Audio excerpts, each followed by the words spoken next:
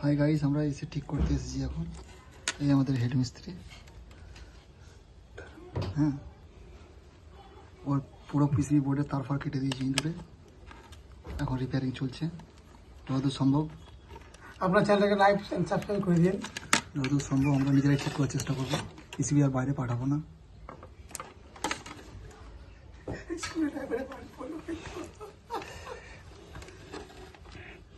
কেমন ঢুকবে না হলে 2-3টে বাচ্চা বেরিয়েছে এর মধ্যে। 2-3টে বাচ্চা দেখাতে হবে, বাচ্চাটা ফিরে করি ফিটিং করতে ঝামেলা হবে দেখবে। কারণ মিস্ত্রি একটু উঁচু হয়। আমরা হেড মিস্ত্রি কাজ দেখুন, একবার কাজ দেখে যাবেন, সারা জীবন মনে থাকবে।